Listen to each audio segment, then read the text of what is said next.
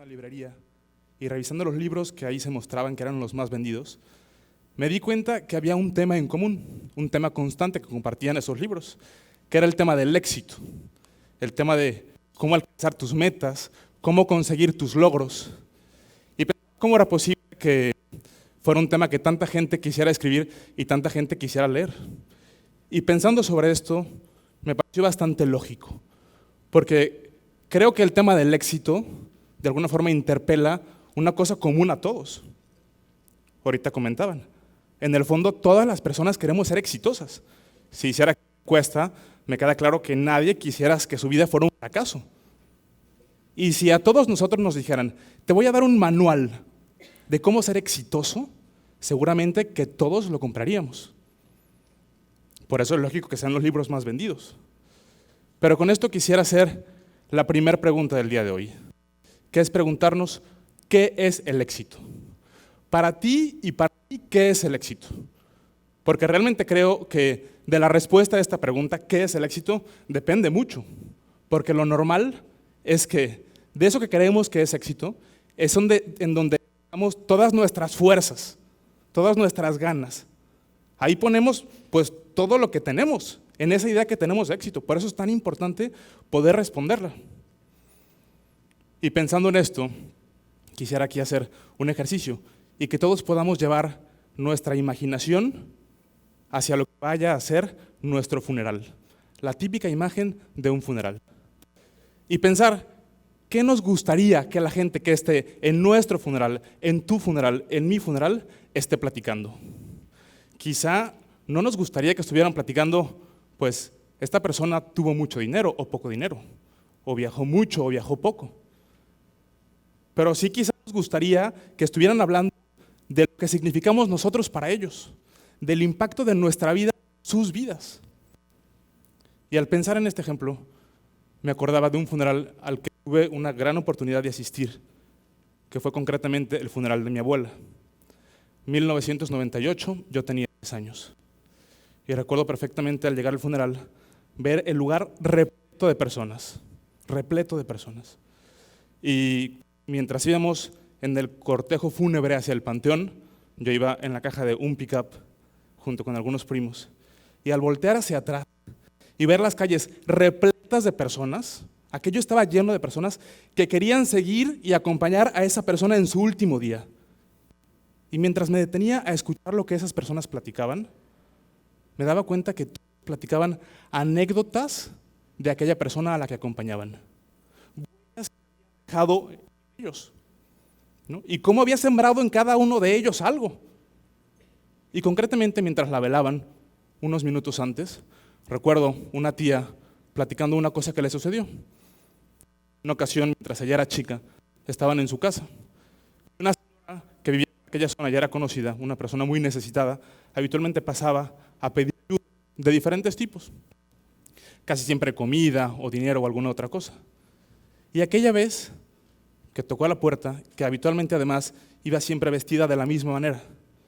Y mi abuela no solamente acostumbraba a darle comida u otra ayuda, sino acostumbraba a detenerse, aunque estuviera muy ocupada, porque además tuvo 8 hijos, aunque estuviera muy ocupada, siempre se quedaba con ella platicando. Por aquí hay unos primos míos que podrán atrapar estas anécdotas. Se quedaba con ella platicando. Y en esa ocasión volteó con la que contaba la anécdota, que era una niña, y le dice, por favor, trae del closet esta ropa que acabo de comprar. Y la niña, un poquito sorprendida porque le quisiera dar una ropa nueva, le dijo, oye, ¿y por qué le quieres dar ropa nueva si tienes mucha ropa usada que le podrías dar? Y ella le responde, no. Tú y yo tenemos muchas veces oportunidad de estrenar cosas, pero ella no. Y yo el día de hoy quiero darle la oportunidad de que estrene algo. Y al escuchar esta anécdota en el funeral de aquella persona, me pareció lógico, me pareció razonable que aquel lugar estuviera repleto, que hubiera gente, ríos de personas acompañándola, porque cada uno de ellos tenía una historia que contar de aquella persona. Y creo que al final de la vida de una persona dices, pues creo que esa es una vida exitosa, esa es una vida que se la pasó sembrando en los demás, dejando huella en los demás.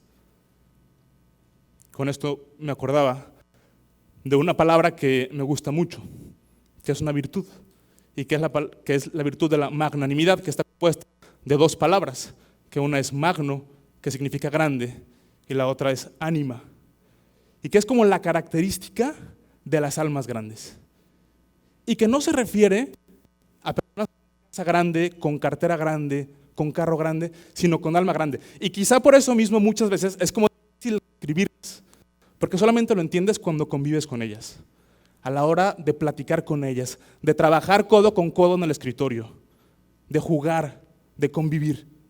Alma grande.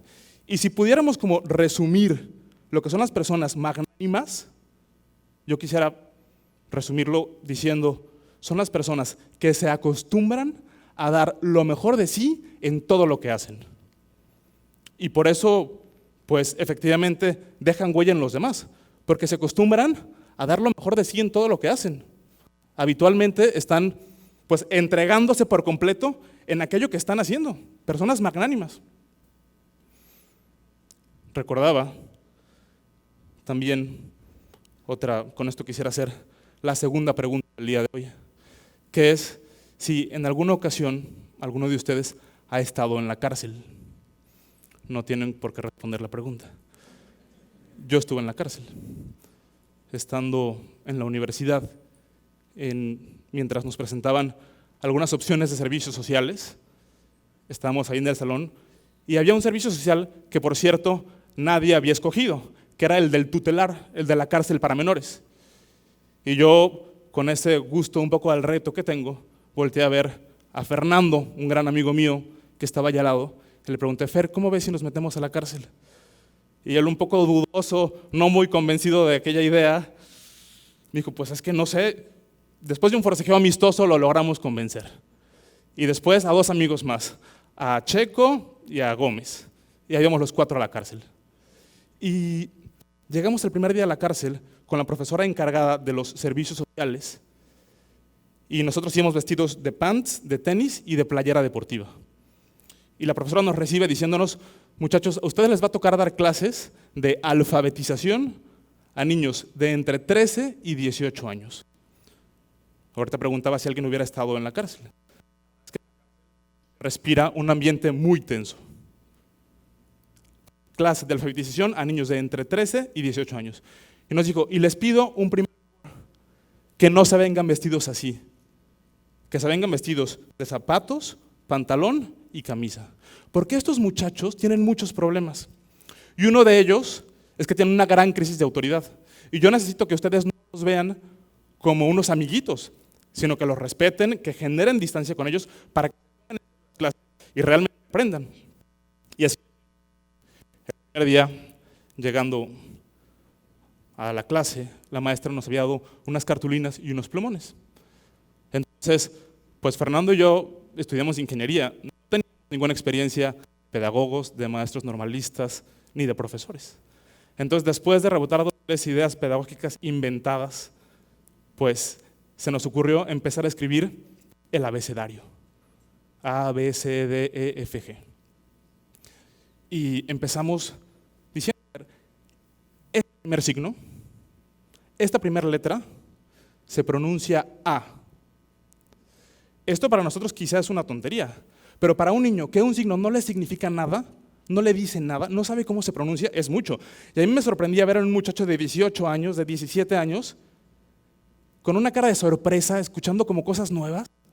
Y cuando la A la juntas con la R, se pronuncia AR. Y ellos sorprendidísimos. Habitualmente, después de la clase, les dejamos las típicas planas. Hay que escribir 50 veces la A, 50 veces la B, 50 veces la C. Entonces, en una de esas clases, terminando, pues muchachos, ya es hora, nos tenemos que ir. Y uno de estos muchachos, no profesor, todavía no termino. Dije, bueno, de todos modos ya nos tenemos que ir. Y me dijo, no profesor, es que yo quiero aprender a leer y a escribir. Y yo aproveché la oportunidad para preguntarle, ¿y por qué quisieras aprender a leer y a escribir? Y él me dice, profesor, es que yo quiero ser doctor. Pues a mí esas palabras, esa frase, me dejó absolutamente sin palabras. Encontrar ese deseo tan noble, tan limpio, tan alto, de superarse y de salir adelante, En las peores circunstancias en las que puede estar una persona, me dejó absolutamente sin palabras. Lamentablemente me encontré con los casos contrarios, un muchacho que me decía, no profesor, a mí no me interesa aprender a leer y escribir, porque yo conozco personas que tienen dinero, que tienen lujos y que no son grandes estudiantes. Lamentablemente estos muchachos, pues muchas veces tenían ejemplos que no les ayudaban. Y efectivamente, pues al entrar semana en esa temporada a la cárcel, pues yo sí entraba con un poco de miedo, con un poco de reserva, con un poco de sospecha sobre estos muchachos. Y la verdad es que me llevé una gran lección, porque estos muchachos en principio se les saca de la sociedad, porque en principio le hacen daño a la sociedad y se les intenta reconstruir. De lo que me di cuenta es que más que ellos le hicieran daño a la sociedad, eran personas a las que la sociedad les había hecho mucho daño. Y que eran personas como sedientas, como deseosas, de que hubiera otros que dejaran de destruir en ellos y empezaran a construir. Personas tremendamente nobles, tremendamente buenas, con ganas de superarse y salir adelante, en circunstancias mucho peores que la de muchos de nosotros. Entonces, con esto, pues yo sí me quedé convencido de que muchas veces nosotros somos, en buena parte, el resumen, el resultado de la huella que otras personas han dejado en nosotros. Todos nosotros, nuestros profesores, nuestros compañeros. En mi caso, mis compañeros de esta maestría, que me han dado un gran ejemplo de que las cosas se pueden hacer bien y grandes cuando se trabaja y cuando se quiere.